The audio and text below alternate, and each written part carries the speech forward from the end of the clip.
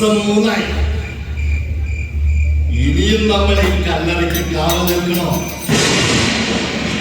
ഇതിനുള്ളിൽ കിടക്കുന്നവൻ ഇപ്പോൾ ചീഞ്ഞു നാറി തുടങ്ങിയിട്ടുണ്ടാവും. അവന്റെ ശരീരം മുഴുവൻ പുഴുവരിച്ചു തുടങ്ങിയിട്ടുണ്ടാകും. ഈ ചീഞ്ഞളിഞ്ഞ ശരീരം ഇനി എന്ത് അത്ഭുതം കാട്ടാനാ? ഇവിടെ ഇങ്ങനെ കുത്തിയിരുന്ന് എനിക്ക് മടുത്തു.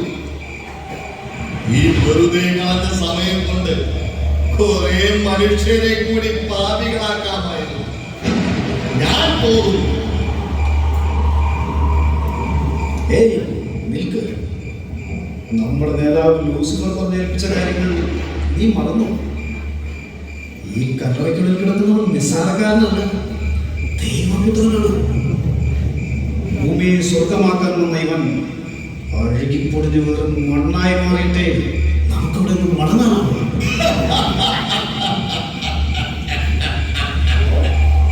ദൈവപുത്രൻ പോലും. ഇവന്റെ കാര്യത്തിൽ ലൂസിഫറിനൊന്നും കണക്ക് പിഴച്ചിട്ടുണ്ട്.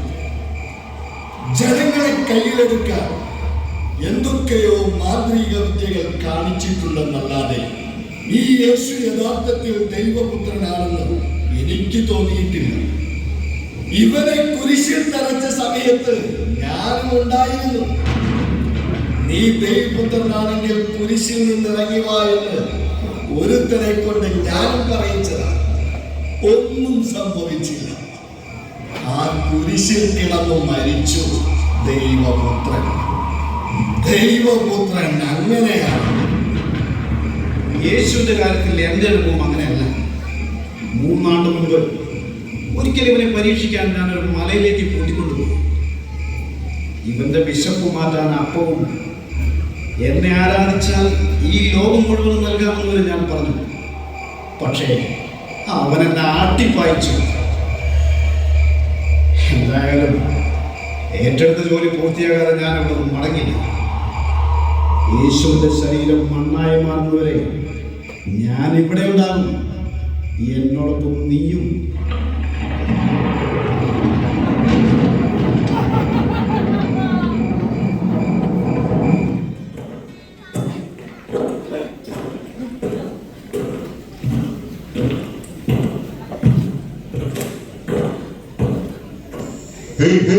എഴുന്നേൽക്കൂ. നിങ്ങൾ എന്താണ് അലസരായി വിശ്രമിക്കുന്നത്? നിങ്ങൾ അവന്റെ കല്ലറയ്ക്ക് കാവൽ നിൽക്കേണ്ടതല്ലേ? മരിച്ചു 3-ാം നാൾ എടുത്തെഴുന്നേൽക്കും എന്നാണല്ലോ അവൻ പ്രവചിച്ചത്. അവന്റെ ശിഷ്യന്മാർ വന്ന് ശരീരം എടുത്തുകൊണ്ടുപോയി ഏൽപ്പിക്കപ്പെട്ടു എന്ന് പറഞ്ഞാലും അത് നമ്മൾ അനുവദിച്ചുകൂടാ. നിങ്ങൾ ജാഗരൂകരായി നിൽക്കുമോ? അവന്റെ ശിഷ്യന്മാർ വന്നാൽ ഞങ്ങൾ നോക്കിക്കൊള്ളാം, നിങ്ങൾ പൊക്കോളൂ.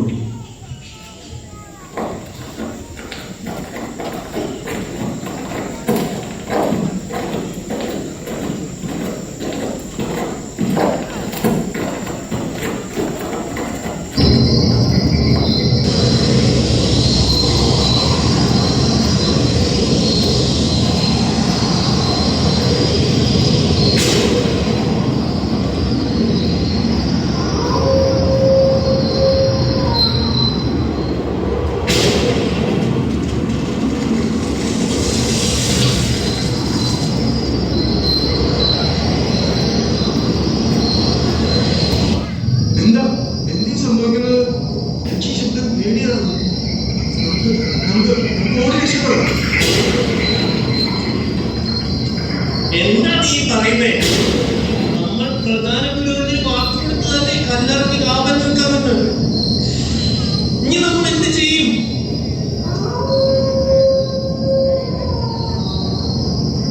എന്തായാലും നമുക്ക് നമ്മുടെ ചിഹ്നം നമുക്ക് ഓടി രക്ഷപ്പെടാം.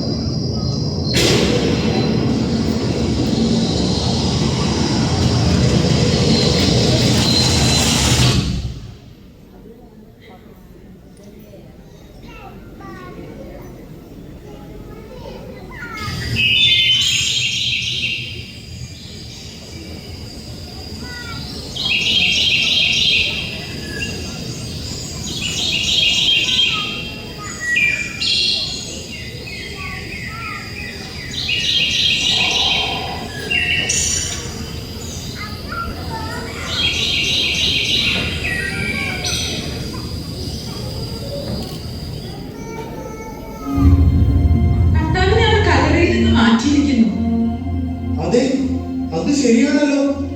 അവനിവിടെ കാണുവാനില്ല. ഇനി നമ്മൾ അവനെ എവിടെ അന്വേഷിക്കും? അവന്റെ കച്ചേരിയാണ് കിടക്കുന്നത്. അവർ യേശുവിനെ എവിടെ കൊണ്ടുപോയി?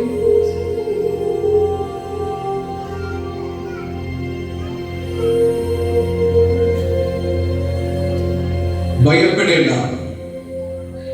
കുരിശിൽ തറച്ച യേശുവിനെയാണ് നിങ്ങൾ അന്വേഷിക്കുന്നതെന്ന് എനിക്കറിയാം. അവൻ കിടന്ന സ്ഥലം വന്ന് കാണുവിൻ. അവൻ ഇവിടെയില്ല.